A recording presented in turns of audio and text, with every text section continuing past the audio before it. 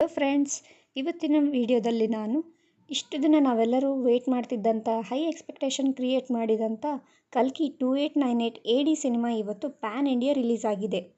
ಕಲ್ಕಿ ಸಿನಿಮಾ ಹೇಗಿದೆ ಆ್ಯಂಡ್ ಎಲ್ಲರ ಎಕ್ಸ್ಪೆಕ್ಟೇಷನ್ಸ್ನ ಅದು ರೀಚ್ ಆಯಿತಾ ಅಂತ ತಿಳ್ಕೊಳ್ಳೋದಕ್ಕಿಂತ ಮುಂಚೆ ನಮ್ಮ ಯೂಟ್ಯೂಬ್ ಚಾನಲ್ಗೆ ತಪ್ಪದೆ ಸಬ್ಸ್ಕ್ರೈಬ್ ಮಾಡ್ಕೊಳ್ಳಿ. Let's start.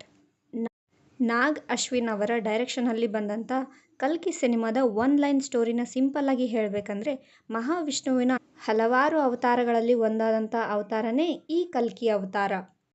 ಈ ಸಿನಿಮಾದಲ್ಲಿ ಕಲ್ಕಿಗೆ ಜನ್ಮ ಕೊಡೋ ತಾಯಿನ ಹೇಗೆ ನೋಡ್ಕೊತಾರೆ, ಯಾಕೆ ಕಾಪಾಡ್ಕೊತಾರೆ, ಯಾರು ಕಾಪಾಡ್ಕೊತಾರೆ, ಅಶ್ವತ್ಥಾಮನ ಮೇನ್ ಇಂಟೆನ್ಷನ್ ಏನು ಅನ್ನೋದನ್ನು ನೀವು ಈ ಸಿನಿಮಾ ನೋಡಿನೇ ತಿಳ್ಕೋಬೇಕು.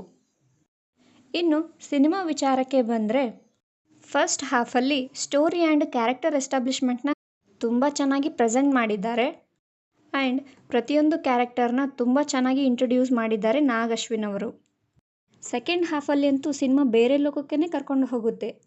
ಈ ಸಿನಿಮಾದಲ್ಲಿ ಗ್ರಾಫಿಕ್ಸ್ ಅಂತೂ ತುಂಬ ಚೆನ್ನಾಗಿದೆ ಆ್ಯಂಡ್ ಸಿನಿಮಾದ ಕ್ಲೈಮ್ಯಾಕ್ಸ್ ಅಂತೂ ಕಲ್ಕಿ ಸಿನಿಮಾದ ಮೇನ್ ಕ್ರೌನ್ ಅಂತಲೇ ಹೇಳ್ತೀನಿ. ಒಟ್ಟಿನಲ್ಲಿ ಸಿನಿಮಾ ಅಂತೂ ತುಂಬ ಚೆನ್ನಾಗಿದೆ ಆ್ಯಂಡ್ ಔಟ್ಸ್ಟ್ಯಾಂಡಿಂಗ್ ಅಂತಲೇ ಹೇಳ್ತೀನಿ. ಇನ್ನು ಪರ್ಫಾರ್ಮೆನ್ಸಸ್ ನೋಡಿದರೆ ಭೈರವ ಅನ್ನೋ ಕ್ಯಾರೆಕ್ಟರ್ ಪ್ರಭಾಸ್ ಅವರಿಗೆ ತುಂಬ ಚೆನ್ನಾಗಿ ಸೂಟ್ ಆಗಿದೆ.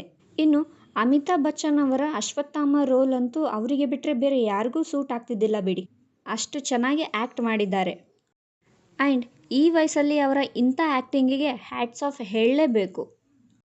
ಇನ್ನು ಕಮಲ್ ಹಾಸನ್ ಅಂತೂ ಅನ್ಬಿಲೀವಬಲ್ ಆಗಿ ಪರ್ಫಾರ್ಮೆನ್ಸ್ ಕೊಟ್ಟಿದ್ದಾರೆ ಆ್ಯಂಡ್ ದೀಪಿಕಾ ಪಡುಕೋಣೆ ಅವರ ಪರ್ಫಾರ್ಮೆನ್ಸ್ ಕೂಡ ಇಷ್ಟ ಆಯಿತು. ಸಂತೋಷ್ ನಾರಾಯಣ್ ಅವರ ಮ್ಯೂಸಿಕಲ್ ಕಾಂಪೋಸಿಷನ್ ಪರವಾಗಿಲ್ಲ ಅನ್ನಿಸ್ತು. ನಾಗ್ ಅಶ್ವಿನ್ ಅವರ ಸ್ಕ್ರೀನ್ ಪ್ಲೇ ಅಂತೂ ಟಾಪ್ ಲೆವೆಲಲ್ಲಿದೆ. ಫೈನಲ್ ಆಗಿ ಕಲ್ಕಿ cinema is must watchable movie ಅಂತಲೇ ಹೇಳ್ತೀನಿ.